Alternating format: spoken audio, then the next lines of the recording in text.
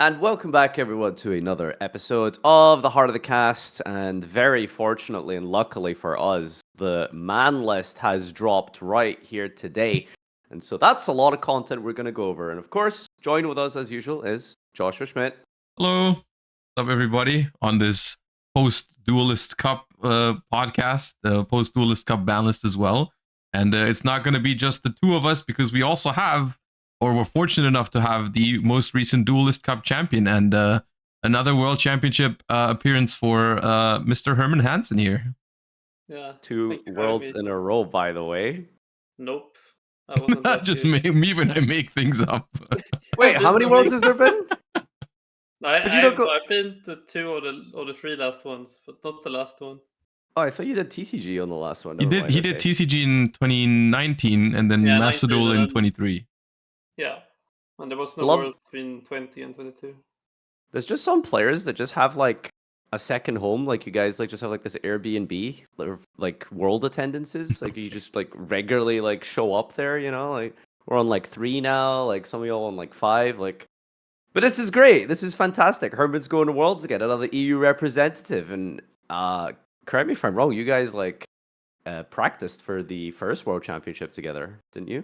By not being on the same team. Yeah, we were. I mean, Herman and Bowden were invited by Costas to be on the other EU team, so we did some prep together, and that was quite nice. Yeah, we had the same decks, right? Like I think we had them slightly different. We didn't have the same pairing, but we had. Yeah, exactly. Decks. We distributed them differently, but we had mostly the same.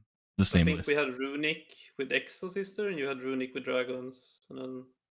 Yes, and then it was. I think the second deck to Tier Limit may have been different because that was just a vibes thing, anyways. I don't know if you guys had Sky Striker, but yeah, that's really random. How did Costas of all people invite you to Worlds? I mean, speaking of random, he was gonna invite you if you had played the second stage. Wasn't that a thing? Oh man, DC Cups are too competitive. I'm forever thankful to Costas. What? Wait, what did you say? The plan was for this year that if we qualified 2 teams, that I would have brought Costas back. Mm-hmm. But for this one, since I was like practicing like every single week with Nesh and Luca, like we played like 4 of the Challenge Cup 3-3s together. Like I have to take them. But I'm thankful to Costas. And we actually spoke during the latest Duelist Cup for a bit because I ran into him on the ladder. Can I just like I want to set some context for the viewers here, cause like I feel like we're missing like how you got into contact with Costas. Okay, like, I'm just I'm just saying. Bring it up, but I was like, I thought that was like you egoing, so I just ignored it. Well, come on, dude. I could have went to Worlds, but I let my good friend Herman Hansson go instead. Yeah, wait, were you eligible? I don't think I was. No, I was going as an influencer anyway, so it probably wouldn't have panned out. But yeah. Costas was like, I'll invite you to Worlds. You just, on one condition, you like vlog it and make content on it. And I was like, why did he even do that? Why did he want that? Because he just started playing Yu-Gi-Oh! Like randomly during Macedol's like second year, and then just started playing tier. And apparently he was just really good at it. He got rank 1 in Europe. So I don't know. Apparently you could just do that. Right? No, that was Josh.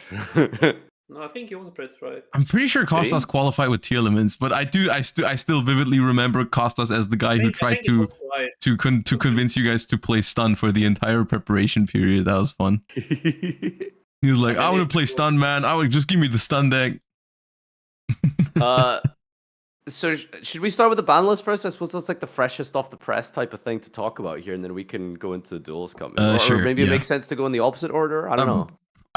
I think either way is fine. I think we can get ban list out of the way. All right, clan list. It was a very small one, but big in other ways as well. The Forbidden Limit list representing the Duelist Cup changes, at least I think so. I don't know if like the second ban list after the Duelist Cup tends to be bigger, but I don't know what you guys' general thoughts on this, size-wise. There's 4 cards. I think the master ban list in that way are pretty misleading because of the frequency in which we get the master ban lists. Like I was shown by, I think it was Haas in Farfacord, that like sure the lists individual are pretty small, but if you like group them together, they're like bigger than most of the TCG lists and like a lot more impactful. So like If you If group them save over this like stadium 4 always, months or it's something, like right? really, really small. But if you show all the big ones, there's like quite a lot of hits. I mean, yeah, between if we get like what is it? We get 12 lists a month, 12 lists a year. That's what it feels like. Yeah, that's a lot of lists. No, we get 12. Do we get 12 lists a year with, and even if It's even they more only than have 12. like 2 to 4 changes each, it still, I think it evens out over time. It still does feel like the individual ones are less impactful. I'd have to, maybe I can find and pull it up for you if you want to show it, because I think you had it somewhere. Yeah. Well, the thing to consider, I suppose, is that I suppose like the timing isn't really relevant, right? Because it's not like they're doing a ban list for the next national season or the World Championship, right? Like how it is for the TCG. So Macedo is just kind of adjusting cards, and admittedly, these are kind of semi-big. Well, I mean, there's only really one big card, I feel like, ultimately. But I mean, over the course of the next few months, we could see a few more start to get hit as we get closer and closer towards the World Championship. So we can probably start with the most important, impactful one, Beatrice. Finally, that's 3 formats now. Down she goes. 1 left remaining. Duel Links Worlds, which, by the way, funny thing, apparently Beatrice is like functionally banned in Duel Links. She's limited to 1, which means basically no meta deck can play it. Like, so the way the Duel Links ban list works. Right. I was about to ask if they even had it, but yeah, they do. Yeah, I remember now. There's a lot of decks in Duel Links that are exactly like that. Like they limit like 1 card, so each archetype basically has like their 1 limited power card in it. Yeah, so I don't know, man. I've been playing some Balatro, played a community mods, and you can play Burning Abyss in Balatro. So we've got solutions, guys. Don't worry. So Beatrice being hit for the Fiendsmith engine. 0 Fiendsmith hits, none whatsoever. I mean, I don't think there's much to say about this. I feel like that was a given. I feel like, I mean, I personally did not expect them to hit Fiendsmith whatsoever. That just came out, and it already had Engraver at 2. I don't think anything was going to happen to the Fiendsmith cards directly. Yeah, maybe. I mean, I would have liked them to release the engine with Beatrice banned. I think it would have been a bit more interesting, but I mean, I can't complain from my position, I guess. Like, it feels weird to complain about these things because, like, the decks I qualified with was Snake Eye, and I did need Beatrice for that. So. Yeah, I mean, I do think if there's ever going to be, like, the format in Master Duel right now is arguably at a very, very high power level, so a smaller-ish ban list is always going to feel somewhat inconsequential compared to how powerful the game is at the moment. But Beatrice, out of the singular cards you can hit with the most amount of impact, I think Beatrice is among the like top of the list, like the kind of card that like has a lot of impact on a lot of different decks. Because of course, Snake Eyes, to take Snake Eyes as an example, is one of the decks that just uses Beatrice. Like, Beatrice's existence is responsible for the fact that like Millennium cards are starters for Snake Eyes. Fiendsmith combo in general is starter for Snake Eyes. That is because Beatrice exists. Of course, I was talking about this on my stream chat earlier, and Herman was in there and saying like Millennium is still a starter for Snake Eye because you just make Zombie Vampire and hit the I Star. don't really agree on the Millennium part. I feel like that's the starters anyway. Yeah, because this just makes like, Zombie Vampire and hit it anyway. Yeah, I mean, completely broken. Like, I don't know what to say. Like half like a lot of games in Buster in like the Duelist Cup where you just draw like the Millennium cards. Yeah. Like, you just kill them. Like, you don't even call them back. And if they like pass 100 years dead, like, it doesn't matter. Like, they cannot live. Yeah, but that's a different topic, right? It just in terms of like raw Snake Eye starters, of course, yeah, you can Gamba with Zombie Vampire and it can still lead to Snake Eye combo, but it still loses a quite significant amount of like guaranteed starters. I don't think it's unlikely that Snake Eyes will still be the best deck and just maybe replace some of those cards with Azamina again, but for the most part, it does stop Beatrice into guaranteed Snake Eye access, or also White Forest via sending a Stellar and stuff like that. So I do think the Beatrice ban is very impactful and very good. However, it's not going to make those Fiendsmith combo piles like, it's going to make them less powerful, but not to the point where they're not the best deck anymore, I don't think. So the interesting part about the White Forest deck is that they don't actually need Beatrice to send Astelar because they have Sprint. So you can still That's do the fair, same thing. actually, yeah. So that doesn't matter as much. But you do it is a little different, right? Because you'd have Aren't you just missing a body for the elf though? No, the Engraver comes back, right? But like, what's Yeah, your level 2? I saw a replay on Twitter and it works. It But I probably don't know if does. Okay. I mean, there Fiendsmith will find a way to make it work, but like I the know fact that you can't use in the sprint to make Japan, elf.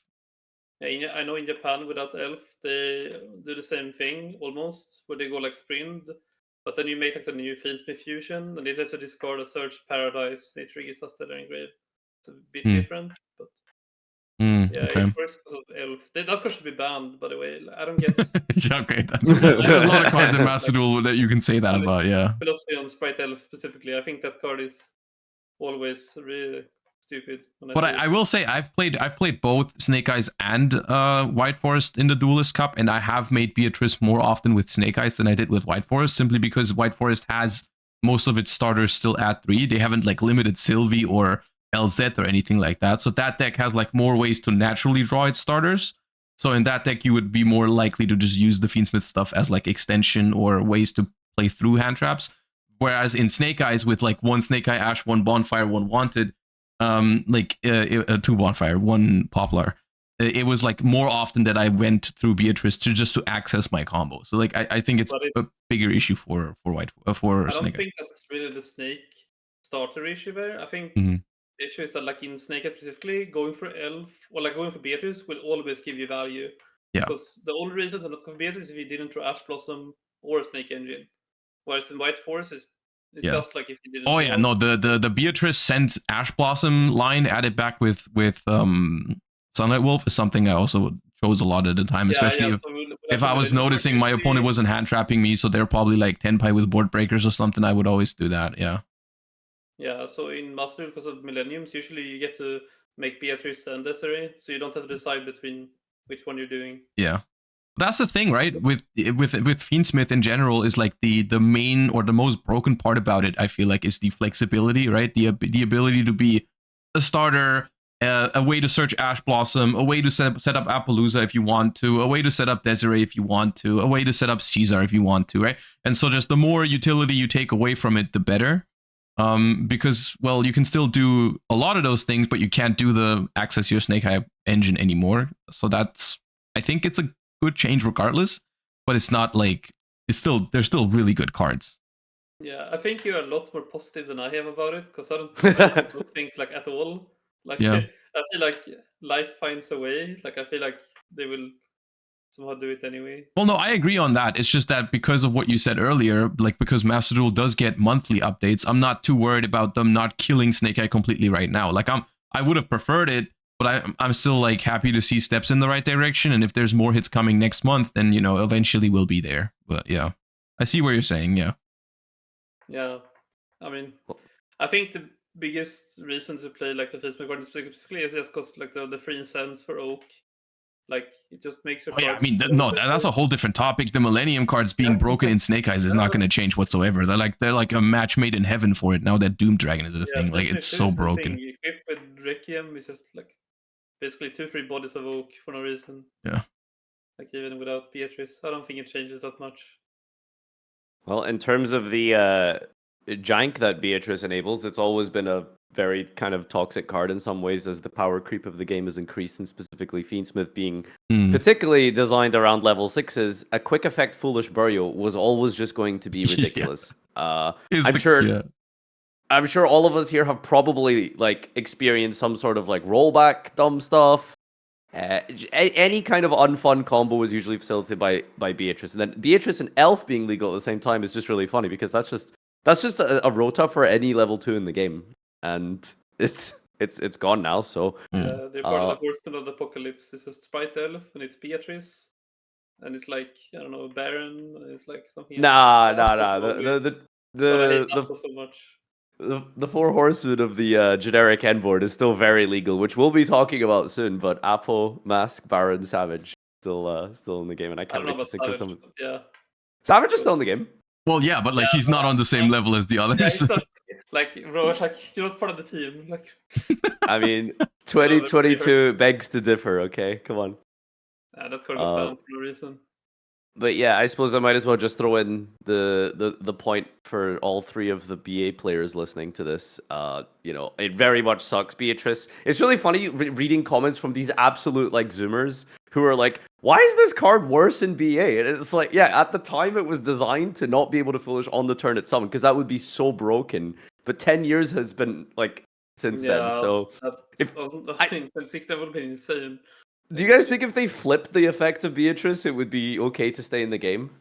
Yeah. Yeah, absolutely. Even if it's only foolish on your opponent's turn, I still feel like you could probably do some dumb stuff. Yeah, No, yeah, a rank 6 to send one card on your opponent's turn would be absolutely fine. Yeah. Okay. You hear that, Kanaba? You could have just errated it. That is probably worse than a Volzar Lars, to put into context, because like that's a good card. That's a negate. Like that's a rank 6 basically Omni. Like that's pretty good. Yeah, or Caesar. Caesar is also very good. In the Yeah. context of Fiendsmith. Yeah. Is Caesar still around in TCG? He is, right? Yeah, Fiendsmith still makes it. Okay, because we're waiting for YCS Houston. I think is next weekend, and very likely we'll get a TCG ban list announcement. Oh, I hope Jerome brings out the briefcase again. Yeah, we're probably gonna get another briefcase stream. I mean, at this point, they have to, right? It has to happen eventually. And like, what better opportunity is there? Like, if they're not going to do it before Houston, surely it's at Houston. Yeah, because I don't think there's another broadcasters event after Houston for like a while. Yeah, and I think they also like to synergize the ban list, so the ban list for all the European nationals. So you should get it before. Yeah, that would be cool. Yeah, it just makes so much sense for it to happen now, which probably means it won't happen. I don't know. Hopefully that approval form is being ticked by Konami or something. It really should happen at YCS Houston. Let's be real, but that's a different topic. Sangan Kaiman is another topic. Oh, is that the second most relevant card you saw here? I was gonna say like yes, like, thankfully. Burning a Beast player, but like as a Dragon Maid player, I'm devastated. What does it do in Dragon Maid? It adds kitchen. It's a starter. Oh yeah, of course. It adds kitchen. Holy shit. That's legal in like a couple weeks, right? I've always been hoping it is ban summoning, and then they can put Kaiman to free. But yeah, but that's just not the OCG / Master Duel way to handle decks. They don't ban that many cards from. They just limit everything. Nice, right? In really, like, summoning is the most tilting card. It is, yeah. Oh, absolutely. I get really mad whenever they play that. We've got okay, I guess we'll talk about TCG a little bit later, but I'm just really curious. The Dragon Maid stuff is legal in like 2 weeks or something, right? In TCG, no? No. They're out for the same weekend as UK Nats. Okay, well, it's out for UK Nats. That's cool. The only thing that's releasing soon-ish is the next Rarity Collection, right? That's in like a few weeks, but until... so no imports, but maybe... Fuwa reprint, sure. Fuwa reprint, yeah. It's going to be big for the national season. Wait, does Rarity Collection ever get new cards? No, it's only reprints. No, that's what I'm saying. Like the next set that brings new cards is the one that brings, I think, Orcus and stuff just in time for like national season. But only for some nationals. I'm pretty sure there's some nationals that happen before. German and UK, I think. Yeah. Oh, are those the last two? I think German is like on the weekend, like the literal day of release. That's what I've heard, yeah. I haven't confirmed it, but people have told me that that's how it is, yeah. That's why, now that I secured my invite, I can go like troll the national season, so I can actually be Dragon Maid if I want to, Yeah, you could. So let's talk about Sangan. For TCG, it doesn't affect you, the fact. But Kaiman is also at 1 in TCG, right? Yeah. Yeah, sadly. What does Kaiman mean for Tenpai now? I mean, they haven't really hit Tenpai per se, right? Everything is still legal. Everything still does the same. It's just not very, but I mean, it's clearly lost all the consistency. And looking at the top 100 decks of the DC Cup, it's the second best deck going off of the numbers, right? Like, so losing one Kaiman is important, but I mean, really. I don't think so. I think Sark already does the same thing as Kaiman does, more or less, because it has Genroku. So I think it's one less starter. Yeah. One less starter. I can't imagine Tenpai ever crying about it until they lose something more substantial. Like either getting one of the spells banned would be big, or like maybe getting another Medic name limited. Yeah, I personally think I agree in the sense that I don't think that this is going to kill Tenpai specifically in Master Duel, because I do think that, like, I mean, those hits have worked in the TCG, right? People are playing Tenpai only as like a sub engine in like Fiendsmith, Bestial, whatever, and that deck even wants to go first most of the time. So like the blind second Tenpai deck, for all intents and purposes, has pretty much died in the TCG. Like there's a few people still playing it, but like it's nowhere near as much of a menace as it used to be. And in the OCG, it's kind of the same thing. Like I've been looking at some OCG reports recently, and Tenpai is nowhere to be seen. I do think the OCG even has lighter hits on Tenpai than the TCG. I think in the OCG, Kaiman is still at 2, but that might be incorrect. I'm not sure. I think it's 3 actually. It might be 3 even. They have like 1 Chundra, 1 summoning. Like Dragomir needs it. But like I think the point I'm trying to make is that I feel like with the experience of going through it in both formats, I think Tenpai is at its most powerful in Master Duel, because Tenpai in Best of 1 is a whole different topic than it is in Best of 3. And yeah, I think I think that's the obvious thing, but also like very important distinction. Like Master Duel being Best of 1 just means that people aren't going to be anti bringing in like side deck patterns against you. They're not going to just make you start, etc., etc. Yeah. And I guess that's why it just thrived so well in the Duelist Cup. That's why it just can't seem to die. Like, even though I don't really like the deck anymore, I feel like for my personal liking, it's too inconsistent. And whenever I play it, I have like a bunch of hands that I don't have any Tenpai cards in, and then sometimes because I have to like load up on normal summons for it to be consistent enough, I draw like 2 or 3 normal summons and I can't break boards anymore. But still, like when you're playing against it and they draw that like perfect mix of either hand traps or board breakers plus like 1 or 2 Tenpai cards, it just feels so obnoxious. And it's just a matter of statistics. Like the deck is still good enough, as the Duelist Cup shows, and I think like their approach is just gonna be hitting it until it is just statistically not good enough anymore, I suppose. And I think Kaiman to 1 is an important first step. I don't think that's enough yet. And because the really annoying part is that I've seen some Tenpai lists not even maxing on Pydra in the recent like format. I think like the Power Spell Sky Striker Tenpai deck, because it had like a bunch of draw spells like Into the Void and Upstart Goblin, they even cut on some of the normal summons. So like there is even some cards that can potentially replace the Sangan Kaiman just for raw consistency numbers. Of course, drawing another Hydra normal summon is not as good as drawing Kaiman directly, because like Kaiman plays around so much stuff like Effect Veiler and whatnot. But yeah, there's definitely ways to still make a consistent enough Tenpai deck that can always catch people off guard in Best of 1. I think the reason Tenpai is also falling off in other games is that the power level gets much higher soon in Master Duel. Enough. Like I think Dryseed and Malice like drowns out a lot of the decks from. But the thing is, it's like it's Best of 1. Do you think like that is like so much more of a important factor compared to TCG where you have side decking? Because I think that's just like... if Tenpai it is for sure, because you can't adjust your game plan well. It's same reason Stun does so well in Master Duel, for example.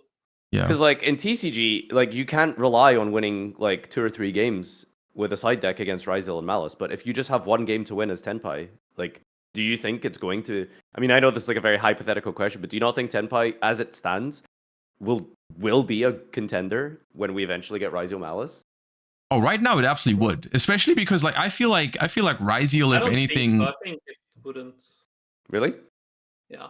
I think it Okay, depends on the Josh. format. I think Ryzel's end board is so much more breakable than like a Snake Eyes end board for... I don't think so. I think... What, you Ultimate Slayer the Detonator and you're done? I think Tenpai is very specialized into trying to beat Snake. Well, trying. It doesn't actually beat it, but it's trying. I think the way it tries doesn't work into Malice or Ryzel. I think they would just play a different version of it. Like, of course, you wouldn't try to hand trap Ryzel, but you'd just play like the board breaker one. Like Ryzel, I don't think puts up a great fight into board breaker Tenpai without side deck. Yeah, but then it doesn't work against Malice. So yeah, that's the thing. It does depend a little bit on the format. If like one of the 2 decks is like, if they release at the exact same time and then their ladder is like 50-50, it's kind of rough for Tenpai to beat both. Maybe. But if they like decide to like split it up and they release Ryzel on its own and then it's just Ryzel format essentially, I feel like Tenpai could do well. Yeah, but like right now in Master Duel, like Snake and White Forest, and to a lesser extent even like the Tenpai Mirror kind of dies like the same cards. So yes. Like, it gets very streamlined.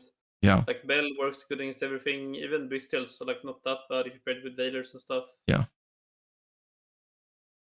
Like I think Tenpai is at its best like when the versatility, like you get to play everything at once. When you can play good non-engine versus everything, yeah. Yeah. Because I think it mostly relies on that. That's fair. Yeah. That's why I think it's falling off in TCG, and OCG is like the format is so spread out that you can't like specialize your deck into beating one thing. But even now in Master Duel, it's not that good against Snake. Like I think I had like easily 65% plus win rate against Tempai. Like I was celebrating every single time my opponent sent me first. I was so happy. Like I was smiling. And I do the goat, aka Kashira Unicorn, and my opponent was scrambling bad every game. Well, there isn't much to talk about with regards to Pearly. I feel like that's just a nice consistency thing for anyone who's still playing Pearly. Pearly's fine deck. It's okay. It's nothing particularly special. Oh, I hate Pearly. It's I don't okay like as a that. rogue deck. Yeah, that's the thing, right? There's like sometimes there's decks you just don't like, but you still can't really argue that they are not good enough right now, so they kind of deserve to get unhit. It's not good enough right now, but I don't like the win con of sitting on towers. Yeah, that's fair. That's very It's quite understandable. obnoxious. And force you to play it out. It's not that fun. I don't. It's probably like the existence of Maxi type of thing, but I just find Pearly so frustrating to play against because they always draw it because of the way that Sleepy works with the rank up and stuff. Like they just get like 4 cards in the standby, and I'm just like, ugh, like they're just going to see the roach, you know? Yeah. It's not fun to play against. The past summer for the qualifiers, I played Fire King, and like I shit you not, like they drew Maxi against me. I played like all against Pearly for like 3 hours straight, and they drew it every single time. Of like I mean, it just happens. Like 25 times I drew easily, always got Maxi. I was so mad. Like, nice game. It's a dueling skill for Pearly players. Is there anything important? No, it's not weird or anything. But... Is there anything significant about the number 3 compared to 2? Like, does that like beat a threshold? Like, you know, like a wrap here at 2 is different to 3 type of thing. Like, is there anything in Pearly that is just purely consistency, right? I think for Pearly specifically, it does not fucking matter. Like that was always a weird semi-element. I think you need 3 of the other guy, but yeah, the white cat would have mattered because it's not once per turn. But I think Pearly never really made sense to semi-limit, to be honest. Yeah, it doesn't actually matter because I don't know if you even play 3 Pearly, to be honest. Yeah, we're a list that only played 2. Yeah, it was like there was sometimes people that played 3 white and 2 black cats because like that was like the right number of normal summons to some people, just 5. And so you played multiples of the ones that wasn't once per turn. But for Pearly, it was never a good hit to begin with. What's white cat at just now? 2 as well. Oh, is that 2 just now? Yeah, they were both at 2. I think Delicious or Sleepy is also limited, right? They have 1 Delicious, I think. Which I mean, that is a good hit in terms of like if you want to hit Pearly, that makes sense. I would have rather flipped it to Sleepy, but it's still a good hit. Yeah. Okay, well, hilariously, the Pearly numbers are something we always talk about every once in a while compared to TCG, OCG, and Master Duel. Like those numbers are always different across the formats. And finally, the Block Dragon has. Who asked for this? Like, who asked for this? Who wanted this? There's just one person in the world that asked for this. Just one guy. And they didn't even really want it, I don't think. I mean, I will say that Block Dragon being legal was always sort of conditional on like the extra deck being significantly weaker, which is fine in TCG. Oh, now you're making... Okay, now you're saying I didn't actually want it. But in Master Duel, like, you still have Savage, Baron, Apollosa, Masquerado. All cards that Block Dragon facilitates. So that's just... I can't wait, dude. I'm so happy in a way because they didn't hit the Millennium cards, which some people were like, oh, Sang Engine's definitely going to get limited. But now you just have the Millennium cards, which is a 1-card Curious that makes Apple under 5 and gets you Block Dragon access. I'm so freaking hyped, dude. I can't wait to play some Animancipator next week. Shut up, man. I can't wait to not play against it. Dude, this deck is so ass, okay? Listen, it's I hope it's literally it's White Forest, but way less consistent. Master with like quote unquote ass, but then you play against them, and it's like the most boring. But this is the thing. I played against.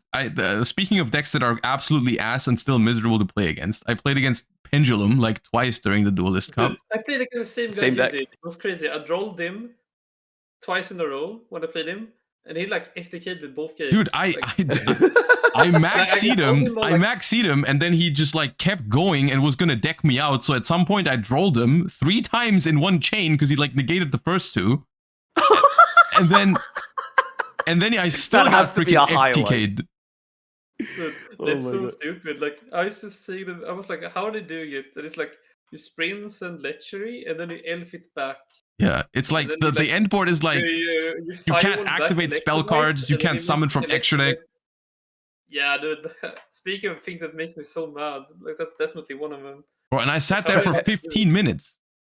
No Pendulum joke. was really, I don't know about really. I mean, it was pretty significantly popular in the last Duelist Cup. It was like easily like 15 spots or something in top 100. Yeah.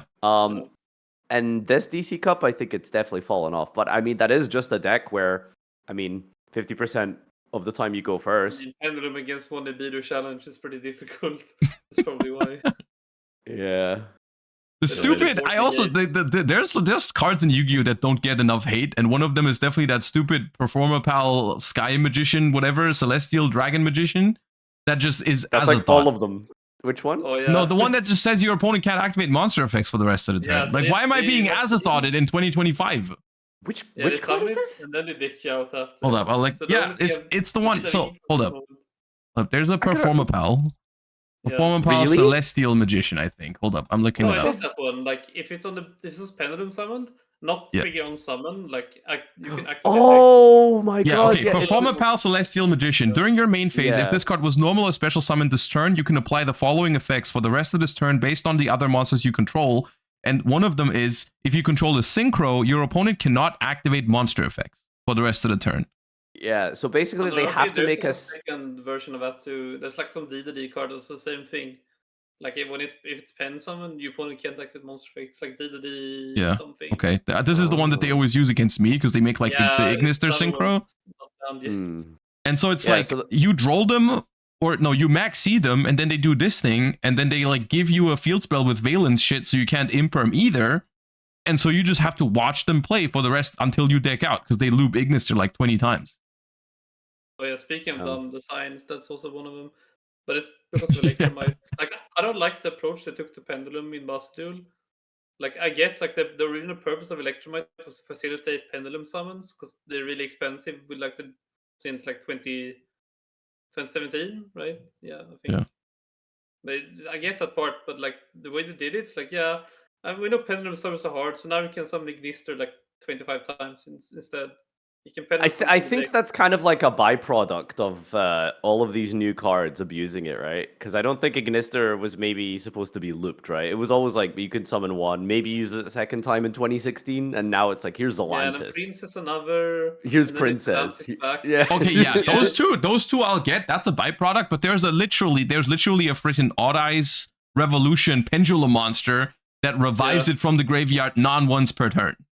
Yeah, and no one was able to pull that combo off consistently until like all of these broken Link monsters were made. That's the point. No, right? that's Like, 'cause- because all the Odd Eyes support recently, like the Supreme No, that Dragon. thing's not recent. It's from like 2019 or something. yeah, well, no one was doing this pre-Link summoning. I can promise you. No, I mean of course. I mean, yeah, They okay, didn't that's have part of pre-links, it, but so- still, it's not like a byproduct. It's definitely intentional. Yeah. Okay, I so- would like them to make Pendulum more interesting, maybe. Like I don't think you should be doing that with Pendulum. Surely there's like some other game plan they can figure out. They just have to make Well, they have to make less generic pendulum stuff. They have to make more like encapsulated in archetype pendulum, like what they did with the Melodious I skill. love Melodious. Like Yeah. the way they did Pendulum for that thing Yeah. is beautiful. Yeah, I mean that's the For every problem with story Pendulum. I think like the way that Pendulum works post Master 04 is like it's always going to be try and do something really absurd and dumb because of the way that Pendulum summoning works and with the arrows. So you have to make a bunch of guys that just give you arrows that then make you do generic stuff, Yeah, or you but- make Pendulum like this kind of boring mechanic where it's like Nimlyria or Valmonica, and Was I that guess, like, boring the- though? I feel like that uses pendulum in a cool way. that's so Oh my god, that stuff is boring as hell. Jesus Christ. Why is oh my why is God, that- Valmonica boring? That's just, I mean, Like Farface and Boomer with a sumo brain sometimes. Boomer with the zoomer brain. That's a great description. Like Valmonica isn't that good, but like the way they use it, I feel like is fine. Like why is the use of the Valmonica pendulum cards like bad? I don't get it. I mean, you just like it's just like they made a mechanic that has gotten out of hand out of the original design like direction, right? It was always sort of like, okay, here's this mechanic where it's designed to like fill your extra, and then you bring them back. But you can't do that in this day and age because that's too broken. Yeah. So they have to change the entire mechanic, which is like, yeah, you have to functionally delete it, which feels like what they've kind of done with these different archetypes. Like they functionally just like have taken that win condition away. They don't want you to do that anymore because that's just too dumb. Except in Macedo, apparently, it's still possible with all of this. I would have much preferred they kept the old Pendulum mechanics, but that's a topic for another day. What? Like that kind of got hit for no reason at the time. What do you mean? Because like then you wouldn't have to band-aid fix it by like doing stupid stuff. Like But you like, wouldn't need Electromite to fix Pendulum Summon if you didn't break it in the first place. but then Pendulum's always just going to be fill your extra pen 5 every turn. Is that not ridiculous? No, but you still have to pay you basically have to pay 2 to do 5. If that makes sense, because like the pendulum scales are always a -2. Oh, so what you're saying is like you should still be able to pendulum summon anywhere to the field from your extra deck? Yeah, I think so. Yeah, but like if they did that, they would have to design the pendulums to be this loop strategy. Okay, so you make pendulums work like that, but then you don't make cards like Beyond the Pendulum and Electromite and yeah. Exceed the Pendulum. I Maybe. would have much preferred to take that direction. I don't know. Yeah, maybe. But Either way, I mean, I was just bringing this up as a different example of a deck that is just like Adamantipator. So like, speaking of decks that are like broken but still not fun to play against, but not like they're not like competitively speaking a problem, like the same. I think the same is true or is going to be true for Adamantipator. Like I don't think that Adamantipator is going to represent the most powerful combo deck in the game. So like from that perspective, bringing back Block Dragon is fine, I guess. Still, from my personal subjective enjoyment perspective, I don't want to play against Adamantipator, please. So I'm not happy. They're trying to bring Game Knight soon. I'm not sure what the release schedule is, but maybe. Yeah. I think the funny thing about Gem Knight is like so many of their cards have been designed to go second in the recent support that they've been giving them. Because they don't want you to do that win condition anymore, like Scatter Fusion. Isn't there literally one that says your opponent doesn't take burn damage for the rest of the turn or something? I think it's half damage or something. Half, yeah, because they're like, please don't FTK with this, please. You can have a cool card, but please. Really good, but don't do it. it's like the Rytron card that says you can only ritual summon machines for the rest of the turn. They're like, here's a cool card, but please don't summon Herald, you degenerates. Yeah, I mean, I don't know if I've told you this example, Herman, but the Block Dragon coming back and Beatrice getting banned, it's obviously a monkey paw situation, but, when you play, like, Adamantipator and Block Dragon, it's one of those, like, when the skill drain is upside down, that's bad, but when the skill drain is face up, that's good, right? Like, I get to do things, that's fun. You get to do things, that's degenerate and uninteractive and boring, so it's just what if you're playing against Squiddy? True, it's always upside down. Then You can't do problem. that anymore, though. Link summoning ruined that thing. Yeah. Thing. That is a also a little bit different. that is a very niche reference. Say that again? His Sky Striker links are insane. Yeah, Australian rare. Yeah.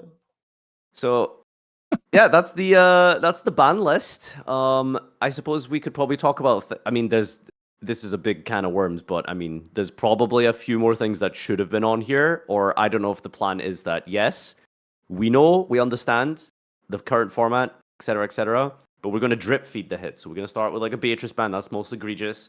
Maybe we'll see something like, Copium. Massive copium. Right? Like, it could be, yeah, but I have a question. What do we think? Is the list right after the Duelist Cup usually the big one, or is it like the one after that? I believe it's meant to be the big one, yeah. Okay, well, it's definitely not that. It's definitely not the big one. That's what it's really weird. Like they all like it's Tuesday, so no, it's Wednesday. So they must have had this like finalized or whatever, probably like Tuesday night, Wednesday morning. So what? They've just like decided on 3 entire days of data in the space of 2 days. Like if this is a result of looking at data from the Duelist Cup and then making a decision, I think this is a very poor ban list. Because like there's a lot of stuff on here that like look, the amount of stun I played against during this Duelist Cup is insane. It's criminal. There are so many Josh, criminals in this Duelist Cup. I have Cup. a question for you, Josh. Why are they playing stun? Game, right? Huh? Why are they playing stun? Ask yourself that. I will not answer that question because my answer will get me in trouble. I full combat one game. I put in set the monsters at 5. I attacked into it because like I used my SP on my turn 1 board because I play Goddess. attacking into it, it's Cyber, and then he suddenly strikes my Appo, and like he draws like 5 runic spells. Then afterwards, just flip floodgates. So like, I Man. saw that shit. Oh, dude. Oh, I didn't see he your game uploaded the game on specifically. YouTube too. Like, Is it the guy who got rank 2? yeah, that guy. Because Oh they my played God. Cyberjar? Yeah, dude. Dude, it's runics with like no it's just runic deck out, basically. It's Cyberjar to clear the board. There's one Majesty's Fiend and just floodgates and runic. Yeah. I think it's Like, most crazy. random races ever too. It's like 2 Solemn Strikes, 2 Cyber, 1 Mercil, 1 Messenger Beast. OCG ratios special. It's insane. Josh, Man. honestly, I was playing against all kinds of stun throughout. Like there's barrier statue. I got mirror forced more often than I have been in like Edison format. oh my God, dude! I watched you get mirror force in one of those games, and I'm Dude, just like, man. twice in a row. It was, dude, bro opened Thunder King, Macrocosmos, and said 3, okay?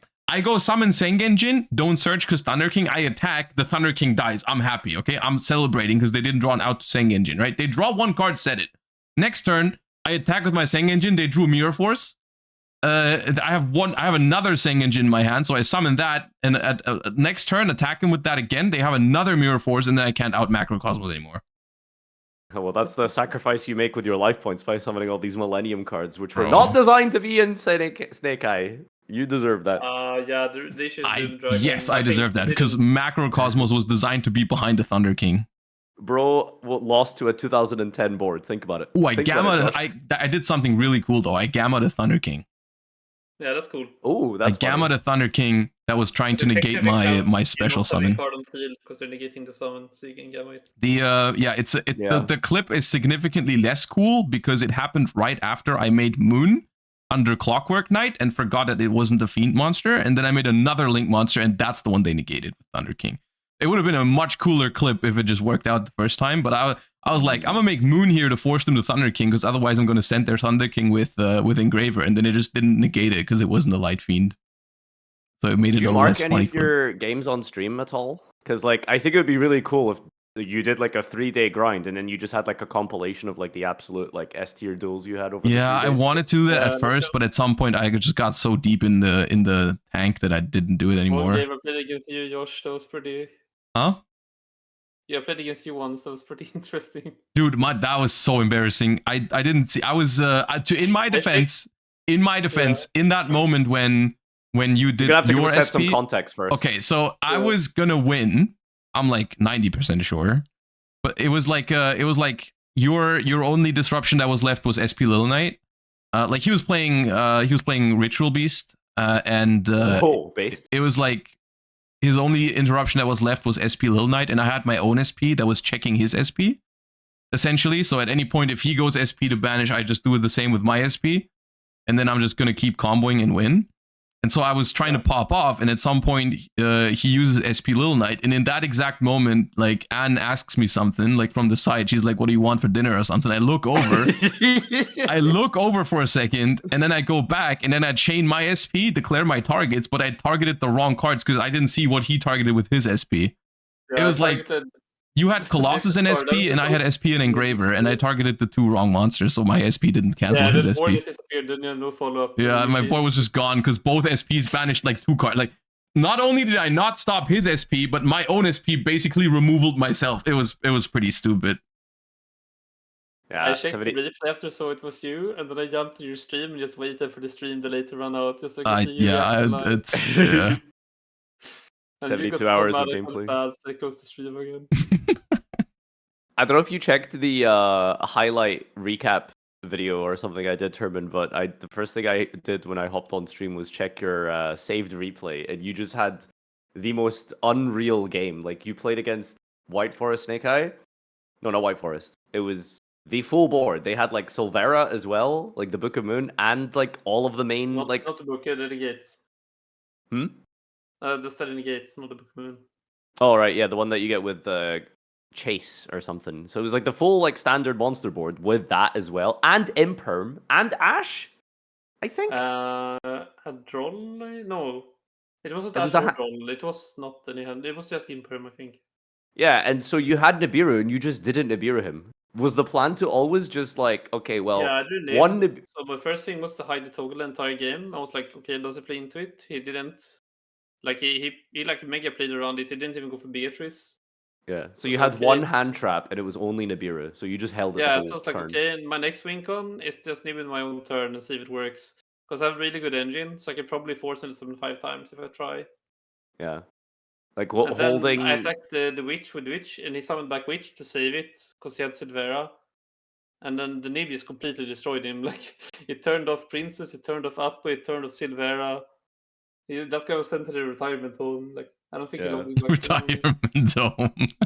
If you guys want to watch that game, like do check out my highlight channel DC Cup video. It's like the first. It's like one of the best replays ever. It's so I was funny. so Like proud that I went and just published it. Just the audio replay public. I was so happy about myself. I was like, yeah, I'll save like this wrong forever. nib on your own turn is always hilariously, but that is always hilarious. But using it as like a literal Raigeki to then also win there, and like because like the game wasn't even over at that point because like you had to nib his whole field, make a board, and then prevent his follow up. It was like such a sick game. I never thought I'd say that about a Snake Eye mirror, but holy. No, there's Do you guys think? Snake players can get pretty interesting sometimes with sequencing, and if you draw good non-engine or like really strong engine and you put misplace, you can actually break board maybe sometimes. Yeah, I think like there's a lot of stick Snake doesn't get behind. enough credit for that actually. There is like when you play such infinite amounts of games, well, not really infinite, but a lot of them, like you win more in the long run. Like I for sure, since I had like an over 65% win rate overall, I must have had over 60% win rate in Snake mirrors. Hmm. Yeah, so I mean that can just happen sometimes in Snake Eye mirrors where starter hand trap starter. Okay, well now I'm out of hand traps, full combo, right? Like sometimes that is just what I it mean, is. yeah, But yeah, there's. sometimes frame perfect, you load a game, and then you leave. I did that Happens for sometimes, both yeah. players. Because it's like uh, going second, it's only really playable if your hand is also pretty decent. Like But sometimes you just stare at Snake Idea one Bellstar. game, I was also really proud of myself, and if I won, I would have published that one too. So like he did like combo, and he talents my hand, and he saw my hand was like tracked plus Lurry, I think, or tracked plus engraver. Yeah, engraver plus track. No, actually engraver Lurry, I think. Well, maybe one of those, anyways. And it was a really weird game because I drew like cross out for turn, so I could cross out his Flamberge, and then I could call my Princess, and then I could like use track to fuse from grave and I hard summon the Lacrima of hand, and that punched over Appo, and then somehow I turned my 2 like brick hand, and I broke his full board, and he made every single link monster in his entire deck on his turn 1, and his like Moon got or Requiem got ashed. He had no Fiendsmith. So his follow up was literally just summon the Snake Pop and attack me and then pass. But then I didn't try engine, so I died. I was just so sad about that. We could talk about your run in more detail, I suppose. So, for whatever reason, you started the DC Cup on Ritual Beast? Like, what was that about? You just grinded half the points to 35k or something on day 1 or day 2. Yeah, I only played Ritual Beast at day 1. Sort of day 2, I changed my deck. What was that about? Was it like, okay, this is just the deck I know that I'm going to get out of the boonies with? Or was it literally like, was it a meta call at the start? Or. Yeah, so I talked with Ryan, and we kind of agreed on like a Ritual Beast deck that I thought would beat Tempai. And because day 1 is usually so full of Tempai, and the Snake players, sorry Josh, are like pretty mediocre. I don't mean you, Josh, I'm just kidding, but like a lot of them are like not that good. So you can just like kind of win with engine sometimes, or like one Eclipse and like you break the full board. So like I played with which was like pretty good win rates, but I know it wouldn't last like that long, so I just played it to get out of the early ranks. Yeah, I feel like the idea behind playing at the early ranks is like you either need a deck that basically has 100% win rate. Um, so like something like Ritual Beast versus average Snake Eye players, or with some sort of in-engine very good way to deal with the other meta deck Tenpai, so with like your Colossus or your Protoss. But at the same time, like I feel like you kind of want to get a lot of games done, and Ritual Beast is not that, right? you'd think that, but every single time I played Duelist Cup, and I usually play it with like several friends in VC, they all also play at the same time. We kind of compare points after points per hour. So like the last Duelist Cup, for example, I played Ritual Beast like basically all until like the half of day 3 or something. And in the start, my friend went up to 30k with Tempa in 2 hours. And in 4 hours, I was at 35k Ritual Beast. He was still 30k. And at the end of day 1, I was 50k with Ritual Beast. And he was still 30k.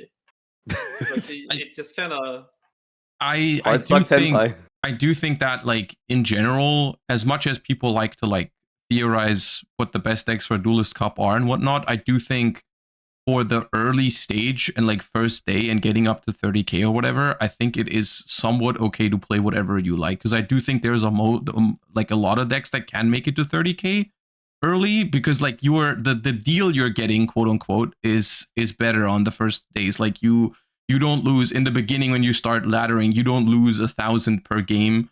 You gain more than 1,000 per win. So it's like the win rate to get to 20 or 30k in the beginning does not have to be as crazy as it needs to be to climb from 30 to 50, or from 50 like past 50, because eventually once you're higher than most people you're playing against, you're gonna like only win 1,000 every time you win. Every time you lose more than 1,000, so you need significantly more than 50% to even climb. In the beginning it's like, well, you win, you get like 1,100, you lose, maybe it's like only 500 in the beginning or whatever, so like you can climb with like even slightly under 50% on the first day. Only for lectures. Is it like only up until 9k, Josh? After 9k DP, it goes like, so you have to like win more than you lose. Yeah, but it's Balances still out. not, you still don't need like 60 plus. Up to 9k duelist points. So up to then it doesn't matter what you play, because you only lose like 800 if you lose. Yeah. But after 9k points, it doesn't work anymore. I think for day one, personally, I just like playing a consistent deck that like beats noobs. That's a word. It's a fair point. It's a fair point. Day one works for me. I always get really high day one. Like I got 37k on day one this time, and that's like my worst day one ever, I think. With tier, I got up to 43k. With Dragon Link, I got up to like 454. With Is there did you like apply a certain strategy in terms of like when you would like how, like, basically I want to talk about like how much do you feel like you slept, what made you play more, when did you stop, like what was the strategy there? So once again, I spoke to Ryan for DC, and his philosophy is you always play, because if you don't play you will regret it, so you should just continue playing. But he also thinks that we should sleep like a lot, and I agree that you should sleep as much as your body requires. So for this DC, I started like 5 hours late.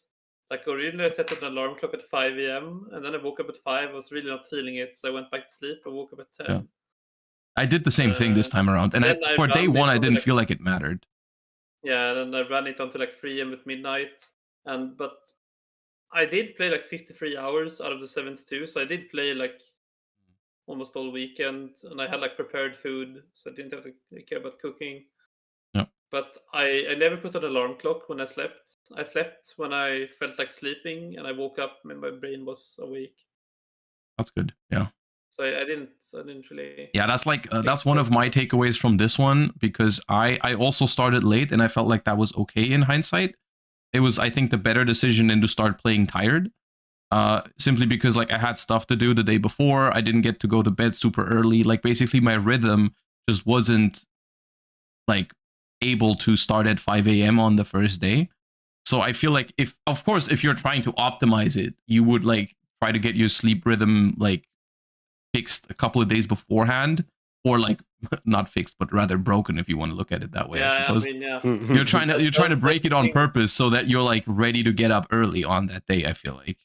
But if you're a sleeper, if you're not there yet, then I don't think forcing yourself to get up that early all of a sudden, when all the days before that you've been help you. Yeah, but you can wake up fairly quick if you take a shower and like eat something. Your brain will wake up. But you'll get tired way sooner as well. Like you if you start at 5, you're not going to be there for long. If your body can't handle it, you should listen to it. You shouldn't like. Yeah. I know people that stayed up all 72 hours, and I can't even imagine that. It sounds like torture. No, I also just noticed that at certain points I would just start playing significantly worse, and so I would just be like, you know what, there's no point now. Like I'm not going to put up a better than 50% win rate or a good enough win rate now if I'm feeling like this, so I'm just going to sleep. Like what's the point? Yeah.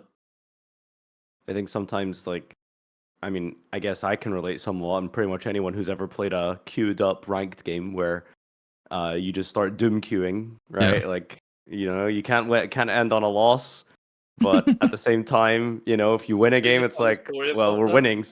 Go on. On day 2, at 5 or 6 p.m. I was like, I'm gonna heat up my lasagna whenever I hit 45k because I was at 42k, Dude. and it took me 6 whole hours until midnight until I hit 45k. That lasagna was cold. Dude, I had the exact same thing on day 2 as But I well. I didn't- wanted to go to bed at Yeah, 50k. I was at 49, dude. I went to bed at like 40. I ate at Oh 12:30. no. Yeah. Like I ate like right after midnight. That was when I ate my dinner. I Dude, just that's could so not. bad, right? I feel That like was completely screwed up. you guys just didn't have the discipline to just be like, no, like it's not working. I gotta get away, right? No, Like, this is genuinely. I'm asking this for advice because I'm trying to get better at it because I haven't played that many Duelist Cups in recent years. You know, like I've played 2 essentially at this point after the initial Worlds qualifier. Like I'm basically behind in these sort of things compared to all the people that's been playing a lot of Duelist Cups while I just like sat there lazy because I was qualified. And so I'm trying to catch up and peep the strats, you know. Like I can give you some advice if you want to. Yeah. And we can see on can your I just say stream, it sounds like you're not qualified to give advice after that lasagna story? Like, Bro, the mean- thing is, ultimately, you're still human, right? Like, you're still gonna make mistakes, and you might still win. You know that happens. Yeah, I mean, I didn't even make mistakes. I was just. I will not take any advice from you. Your lasagna was cold. No, I didn't heat it up. Shut up! I don't talk to no cold ass lasagna dudes, right? No. Oh, Go on. What were you gonna share? No, but I think that you should stick with 1 or 2 decks. I think switching decks is ultimately your downfall every time. yeah. I saw you on all kinds of I don't think things. you learn your decks properly if you switch too much. Yeah. And I don't mean that in a bad way. No, I no, feel you're like- right. I see that. It's just like once I reach a point where I'm just like frustrated and I queue different decks, it's definitely always And also, that's another thing. I think your mindset on the DCs are like a bit weird. Because both me and Ryan, I know that because I've asked him, we both see it. We don't see it as 200 matches, we see it as 1 match. Mhm. So 1 loss, 1 win doesn't matter. Yeah. So like it's just 200 individual games, but you're 1 match together. Like it's just 1 long 72-hour grind fest for 1 single game. Yeah. Because if you have I can this see that. mindset, you will not tilt as much when you lose. Because like I won't lie, I was really bad when I got hit by Cyber and Solemn Strike, or like when Lab drew like the one of rivalry every single game. But Yeah. you can't do anything about it. You can just Yeah. come back in and reclaim your points. Because you have those dumb games too. When you summon Kishtar Unicorn, you also Snake Ayash, and the game is over in 2 seconds. Yeah, no, I agree. And it's something that I've been working on. And I will say I feel like I did better at it this time, even though it still wasn't perfect. But I was definitely way more tilted doing Tenpai, like Chundra I saw you DC. prepare still, Josh. Don't lie to me. Huh? I was, believe it or not, I was less tilted than last time. It's just, it's also a No, product of Pierce me did just not enjoying the format that much. But I'm not saying I wasn't tilted, but it's definitely been better than last time. Yeah, but pure Zoom, man. That's not the way, I promise. Bro, Ryan told me Yeah, to play that. dude. Shut up. I was Yeah, gonna know, bring that I up. Like, agree, what? and I totally that is just... So that deck went positive, by the way. Wait, what? How? Bro, it I was saw the just play hand against traps and Zoo Zero. was your normal summons. It's just a bunch of hand traps. Also, Ryan was the one who suggested that deck to me before the event. Ryan Yeah, I suggested know, he Pure told me Zoo. to do the same thing. But I He told him always, no, like, I don't know. Ryan always says, oh, I think this deck is cool. And then he plays a completely different deck for the Duelist Cup. Like, the last one, he ended up, what was he, 2nd place? He told us to play, what I think it was Zodiac as well before that one. I don't know, man. Ryan did play Zoo for like day 1 of one of the DC Cups, right? Yeah. So Oh, he I likes don't that know. deck, and for this one, he was like, if you're looking for a hand trap pile, to not get comboed on so much, you might want to check out this Zoo deck I was gonna play, and so I built it, and I had it there in case I felt like there was just a lot of combo decks right now. Then I just at the point where I had essentially given up unless a miracle happened, I was like, you know what, might as well change to some different decks and see if any of that works. What's the difference between? the new switches too. That was even before I started climbing. So if you maybe like it out with Snake, you would have done the same as me. You never know. Yeah. What do you mean before you started climbing? I was at 48k at 7 p.m. on Sunday. Yeah, I had less when I played Zoo, and it was later, I think. You were around about that 40-ish mark, to be fair. I was around I was around 40 when I played Zoo, yeah. But there was not that much I don't time know left. if you saw like the crash outs on Japanese Twitter. There was this one guy who dropped from like 50k to 20k. Yeah, Mago. Mago, Yeah, yeah. that was Task's like 20 teammate, losses in a row. dude, that I felt for that guy. Holy, he was like that was like far rankings. Like he dropped, man. That's crazy. Yeah, he went to the boonies. But by the way, like, what is? I mean, there's no point in spending too much time on it. But what is like functionally the difference between Zoo and like Tenpai? Like, Tenpai's just better, no? I mean, Tempai normal sounds way better. So why? To What's give Zoo you an for? honest answer, or like to try and give a real answer, is that like zoos are harder to interact with the regular hand traps. If it's not saying and summoning, like your opponent's imperms and shit won't do anything. The idea is just you hand trap your opponent to death, and then what they have is their non-engine, like Imperm, Veiler, Ash, and shit. Like, and you just summon a zoo and make Zeus, and they can't stop it with those. Yeah. The issue is that you can't really hand trap Snake to death that easily. Yeah, I'm not saying it doesn't have issues, but that's the idea. Yeah, also Zoo against like IP pass is a bit of an issue. Yeah, that's one of the problems. Is it just doesn't have a way to out of its normal summon. Well, I mean, you got Barrage, I guess, because they could have the IP, SP, banish your normal. You just summon a second guy. They can't do it in the main phase. We could summon Hydra and go battle phase. Yes, against Okay, IP anyway, specifically, yeah. I'm not saying so- Zoo is a better deck than Tenpai, okay? Yeah. It's fair. Okay, so what you kind of were just kind of down in the boonies in like day 3, right? Like 48k, like that is not a winning score. Like what happened? How did you just skyrocket? At like 1 p.m. or something, or 2 p.m. maybe at 50k, and then I was stuck until like 7 p.m. and then I switched my deck because there was a couple of times. This What were you stuck weekend with? Snake Eye, right? Yeah. Okay. But like and I was then switched my deck, like I changed it pretty significantly. Like I didn't. what I did like you change changed about it? the way my non-engine worked, and I changed like to more heavy engine deck. I play like Unicorn. Okay, so when you say you shouldn't switch decks too much, does that just mean the archetype that you're playing, so you don't like mess up your combos because you're not used to it? Non-engine you should change, I think. Okay, so like you're saying like don't switch off of Snake Eyes because it's really important that you have practice on the deck that you're playing. But if you notice certain trends in the metagame, you should switch around your non-engine. Yeah. Okay. Like I think I switched between Zombie Vampire and Photolord like 6 times. I switched between cash cards and no cash cards a few times. And what would typically trigger that sort of thing? Because surely it's not like, oh, I just played against 2 Tenpai in a row. Now it's time for Cash Tira Unicorn. For me, it's probably just the general feel of things. Mm-hmm. Because like if you play like 20 games and you keep getting Nibiru, or like you feel the Nibiru toggle, or like in general, maybe you feel like your combos aren't quite there, or like maybe you feel like your opponent is starting to play in a certain way that makes those hand traps not work. Yeah.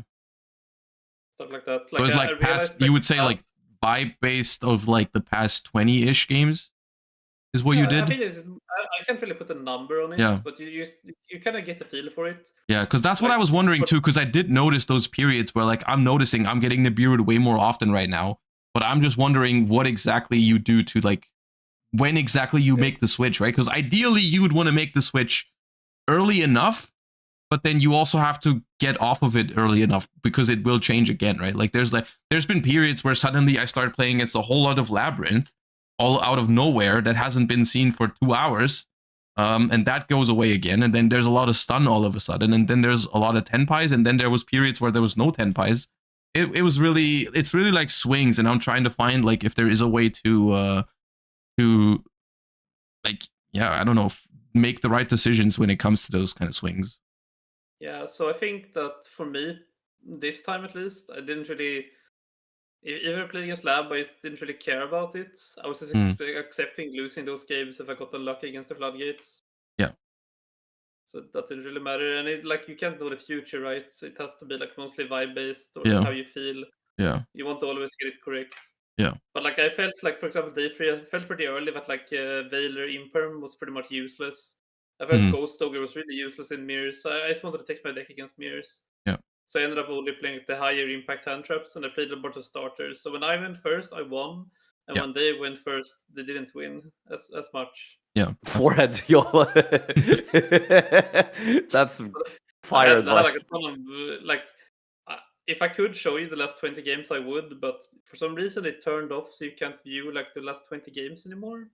Like after we tallied standings, just turn off replays. It's weird. I think they expire after a certain amount of time if you don't save them. But anyways, I like checked my past 20 replays, and out of the 17 wins of the last 20, I think 15 of them was just me going first, and my opponent just scooping almost instantly. Like it's pretty crazy Damn. when I Yeah. watched it back. I like basically went first every game. It's Yeah, I crazy. mean, You can from what I was watching, it just feels like you can just be like there for like 6 hours and just, nothing changes. You're just banging your head against the wall for 6 hours, and then suddenly you Yeah. find like a streak.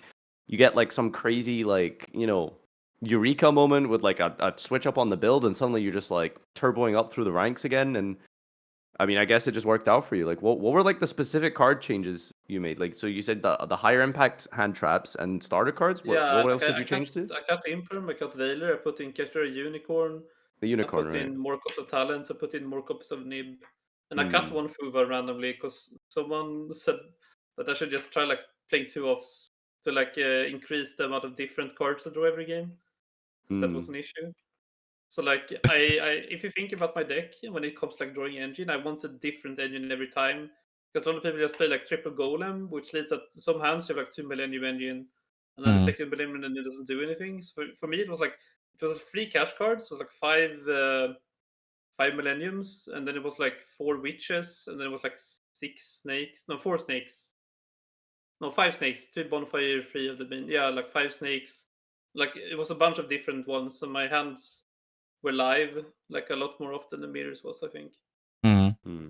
And I added the cash cards in because I was pretty desperate, and I won 10 in a row straight after. Like it was a complete miracle. I couldn't believe it. So I went like 48 till 58 in like 1 hour, I mean, I do and think then those kind of swings are also part of it, where and I think like, that it's lucky, but that comes back to the thing I talked about. You have to play, yeah, like you can't not play. and you also And like towards that. I think those are the two most important things. You have to play consistently, and you have to like prevent the tilting and stuff to prevent yourself from going into the other direction, right? Like because you're gonna have yeah, times where you're gonna get unlucky for a couple games in a row, and if that affects you too much, then you're gonna spiral downwards, and that can be an issue. yeah.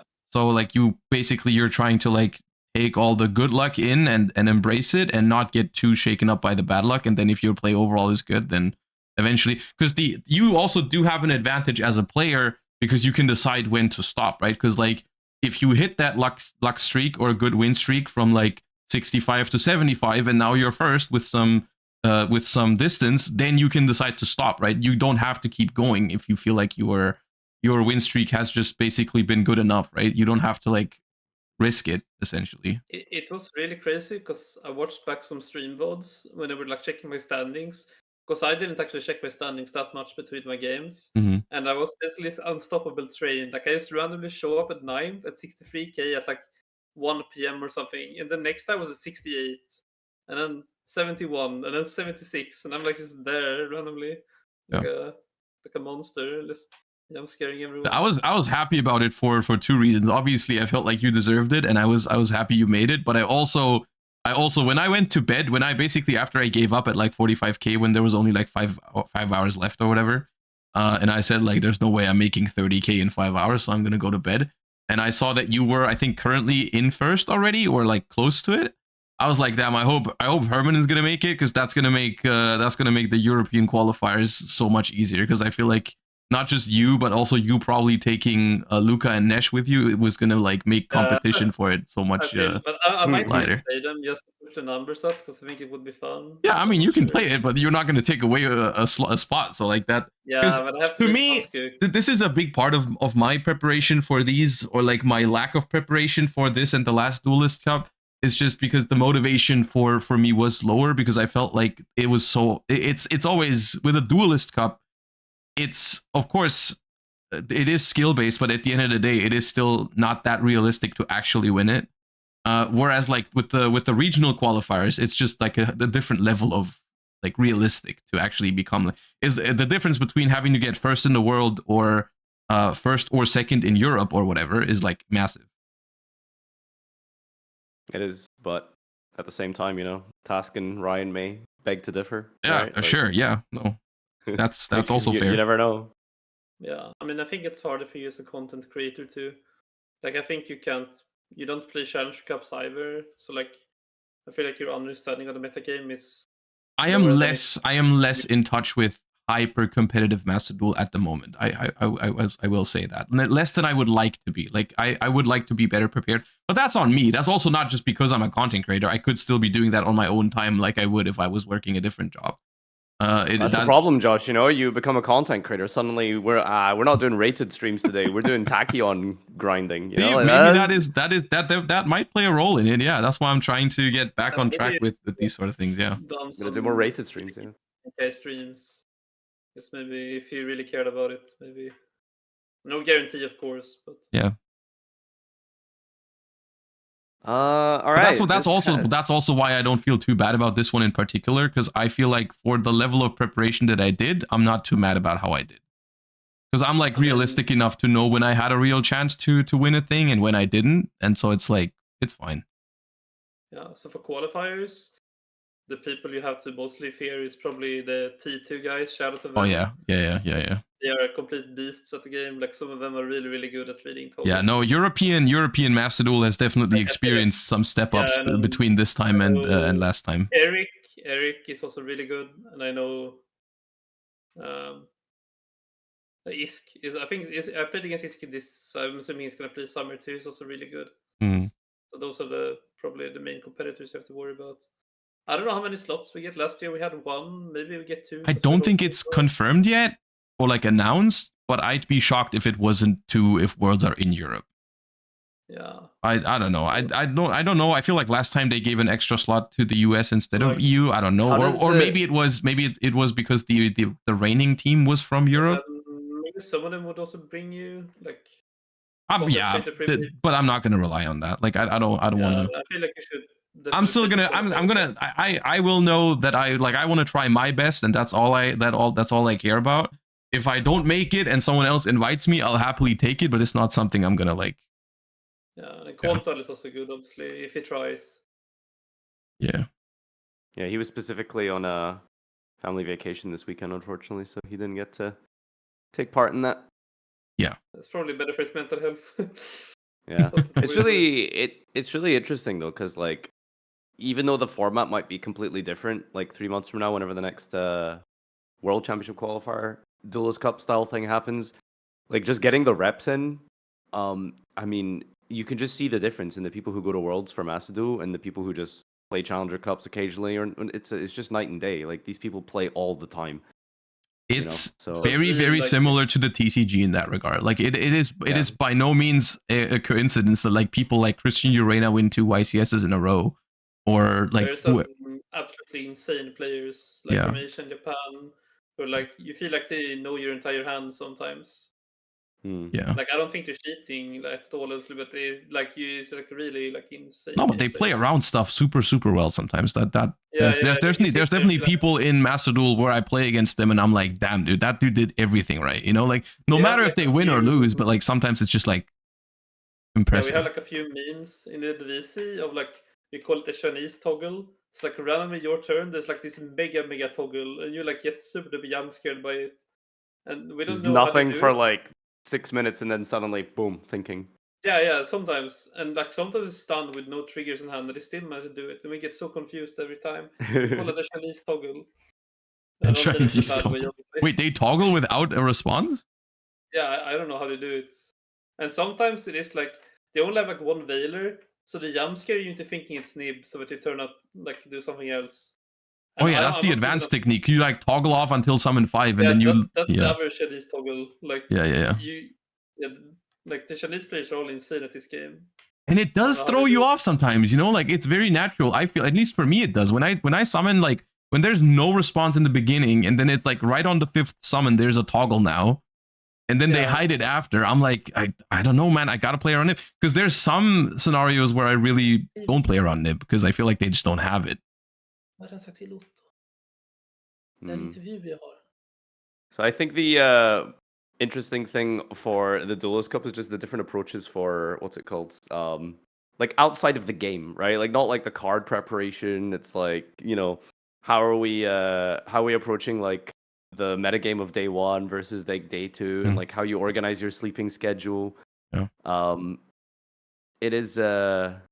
It is a huge part of it, and I think that with the coming WCQ qualifier, like it's feels like it's not that far away. It'll be interesting to see, I'm excited for it. especially you, Josh. How I'm you, excited for how you it. Yeah. adapt. I'm excited for it, and I know that I'm gonna have to put more work in that I have been for the recent ones, but that is not something that I like. It's not a bad thing for me. It's more like it scratches my competitive itch, you know. Like it's not like it's not necessarily a negative thing for me personally. It's just like I like to see the competition growing.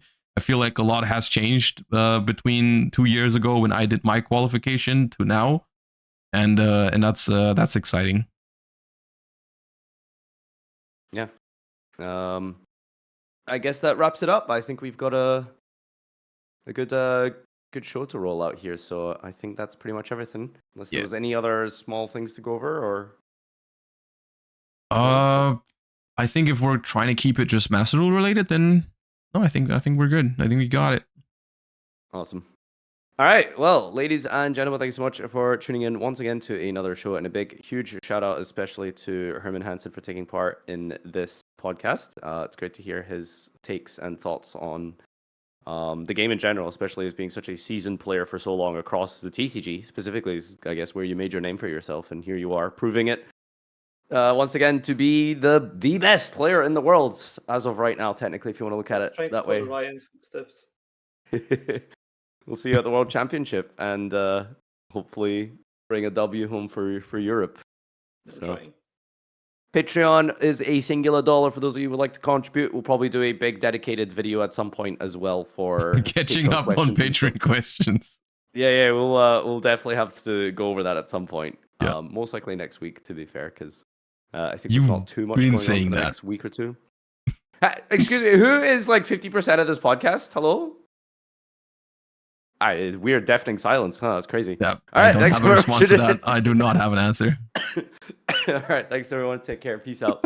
And see you the next one. Bye bye.